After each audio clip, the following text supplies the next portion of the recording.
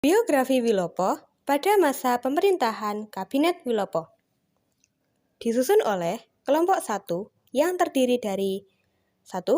Aliviana Mela Jawanda Rohmadani, absen 3. 2. Ilham Firmansyah, absen 11. 3. Keiza Alfiska Rahmayan Putri, absen 13. 4. Tian Nur Rahmawati, absen 32. 5.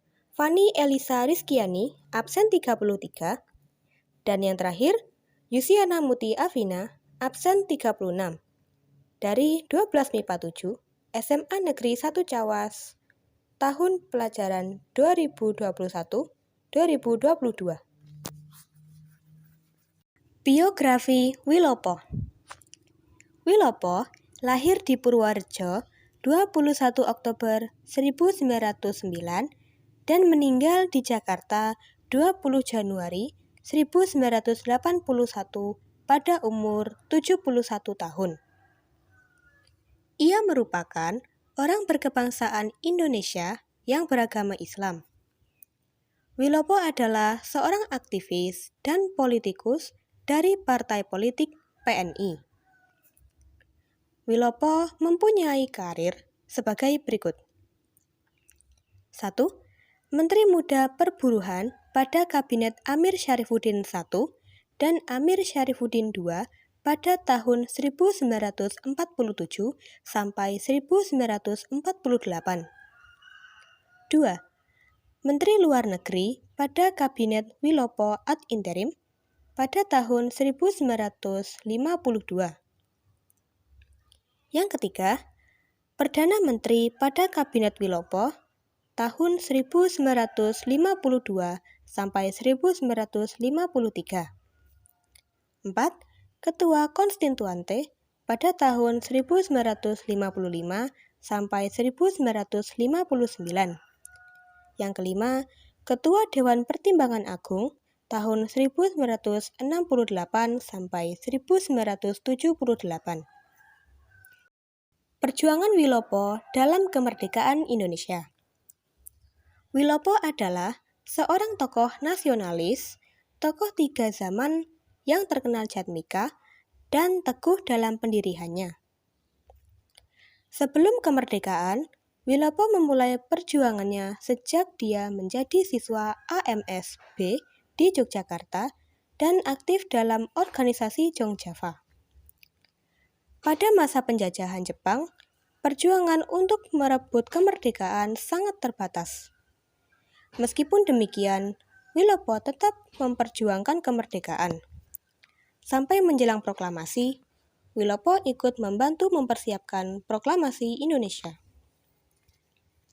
Setelah proklamasi kemerdekaan, Wilopo dipercaya menjadi Menteri Muda Perburuhan mendampingi Trimurti. Kemudian, Wilopo memusatkan perhatiannya pada kegiatan partai. Akhirnya, Wilopo menjabat sebagai Ketua Dewan Pimpinan Pusat PNI. Kemudian beralih menggantikan Kabinet Sukiman yang sebelumnya dibubarkan. Sejarah Kabinet Wilopo.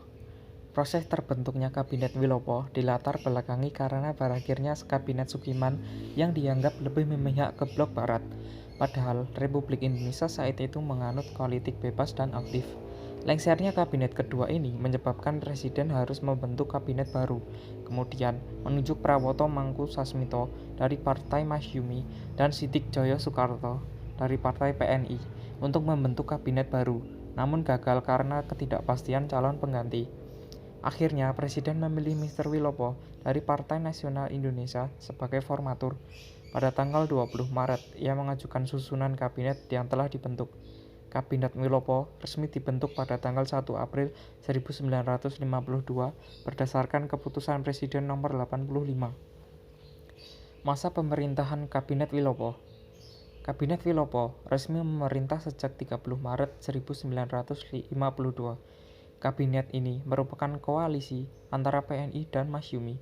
Aspek yang menarik dari Kabinet Wilopo adalah penerapan sistem Second Cabinet, yaitu kabinet yang berisi menteri ahli di bidangnya.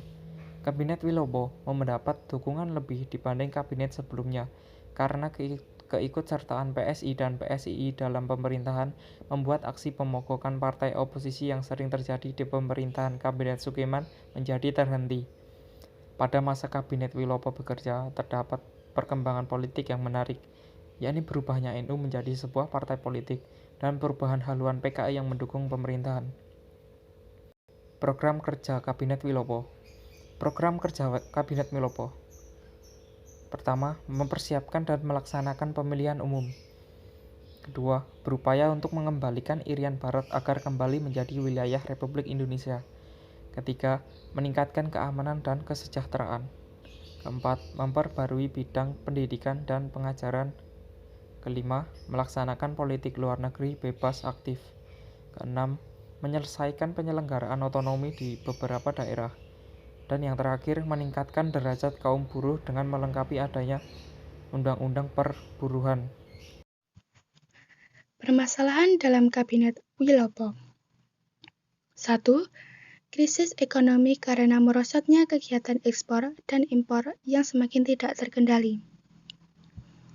2. Muncul gerakan separatisme dan sikap provinsialisme yang mengancam keutuhan bangsa Indonesia. 3. Terjadi peristiwa 17 Oktober 1952, yaitu peristiwa perselisihan internal dalam lingkungan Tentara Nasional Indonesia. 4. Penerimaan negara berkurang menyebabkan kas negara defisit. Kemudian yang terakhir, muncul peristiwa besar yakni Tanjung Morawa. Selanjutnya, penyebab jatuhnya Kabinet Wilopo. Sebab utama jatuhnya Kabinet Wilopo adalah akibat adanya peristiwa Tanjung Morawa, yaitu bentrokan di Sumatera Utara yang mengakibatkan 5 orang petani terbunuh. Bentrokan tersebut disebabkan karena pelaksanaan penyerahan kembali tanah-tanah perkebunan yang semula dimiliki perusahaan asing yang kemudian digarap oleh petani secara ilegal. Dalam pelaksanaannya, ternyata menimbulkan bentrok dan ada beberapa petani yang gugur. Akibat peristiwa ini, Sidik Kertapati yang menjabat sebagai Ketua Sarekat Tani Indonesia mengirim mosi tidak percaya terhadap Kabinet Wilopo. Pengajuan tersebut akhirnya mengakibatkan Kabinet Wilopo lengser dan menyerahkan mandatnya kembali kepada Presiden Soekarno, tepatnya pada tanggal 2 Juni 1953. Kemudian, kesimpulannya adalah perjalanan Wilopo dalam memperjuangkan kemerdekaan tidaklah mudah. Bahkan, Wilopo juga pernah tertangkap oleh tentara Belanda setelah meletusnya agresi Belanda kedua pada tanggal 19 Desember 1948. Setelah menjabat sebagai Menteri Perekonomian di Kabinet Sukiman, Wilopo juga dihadapkan pada masalah inflasi. Hingga akhirnya Wilopo dipercaya untuk membentuk kabinet ketiga. Namun, karena terdapat banyak kendala, Kabinet Wilopo pun akhirnya dibubarkan. Meskipun demikian, Wilopo masih tetap aktif dalam partai. Pada tahun 1955 sampai 1959, Wilopo menjabat sebagai Ketua Konstituante dalam menjadi Ketua Dewan Pertimbangan Agung Indonesia pada tahun 1968 sampai 1978. Sampai akhirnya beliau wafat pada tahun 1981.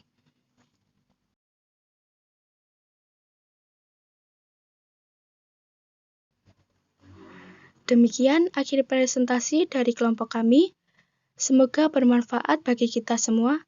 Terima kasih. Wassalamualaikum warahmatullahi wabarakatuh.